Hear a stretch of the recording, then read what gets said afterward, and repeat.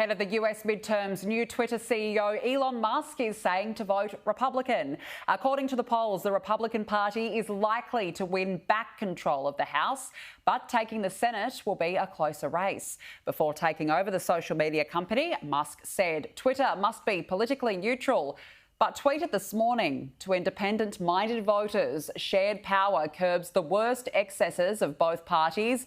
Therefore, I recommend voting for a Republican Congress, given that the presidency is Democratic. Hardcore Democrats or Republicans never vote for the other side, so independent voters are the ones who actually decide who is in charge.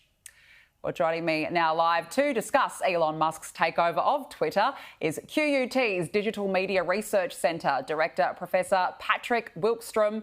Thank you for joining us. So we've got Elon Musk now weighing in on politics. In your view, what direction is the platform heading toward? Well, thank you for having me, Danica, and it's really hard to say. One of the amazing things that we've seen during the past week is that the new owner doesn't really seem to know where he wants to go. So this announcement this morning is another example of that, where he's been saying at one point that he's going to be neutral, and the next point he's giving very direct ideas about where he's standing politically.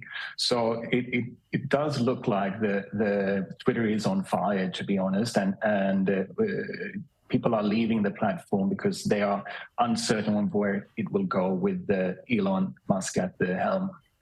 And when these sorts of big figures like Elon Musk, for example, make these sort of claims about who people should be voting for on social media, does it have an impact? Has there been research done in the past of the impact that celebrities have? Definitely.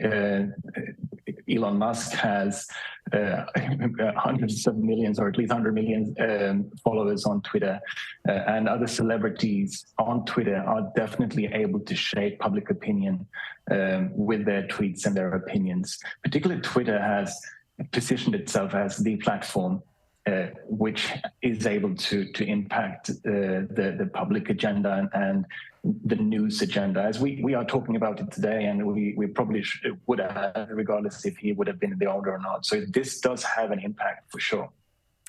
Elon Musk has made a number of changes already. Yesterday, he suspended accounts engaging in impersonation without clearly specifying that they're a parody account. Why do you think that he's cracking down on impersonators? Well, that's a good question, right? And again, this is one where he seems to make up the rules as he go along. And he said that Twitter will be a place where humor is finally allowed, and where we can joke about anything. Apparently, that's not really the truth, because you cannot joke about Elon Musk.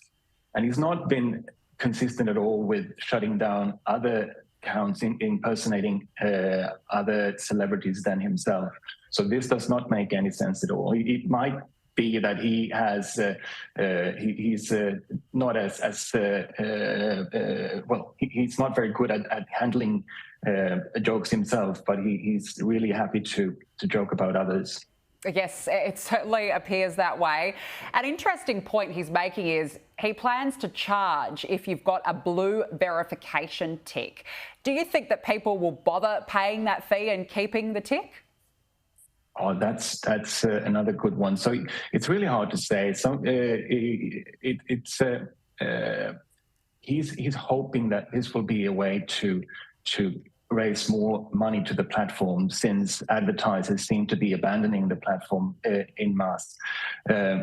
He's also indicating that if you don't pay the $8, you might be shadow banned, meaning that you won't be visible as much as if you're paying the $8. So it's hard to say if this will be too expensive for people to pay or not. I would personally not pay $8 for this, and it doesn't make any business sense at all to ask for this. But it's hard to say how successful it will be, to be honest.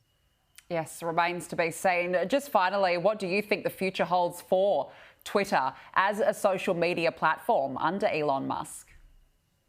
Well, as I was saying, it seems like Twitter is burning, and they have a very erratic new boss at the helm. And at the moment, a lot of Twitter users are abandoning the platform for other platforms such as Mastodon and others. And if this continues, it might very well be that Twitter will not be around in a year's time.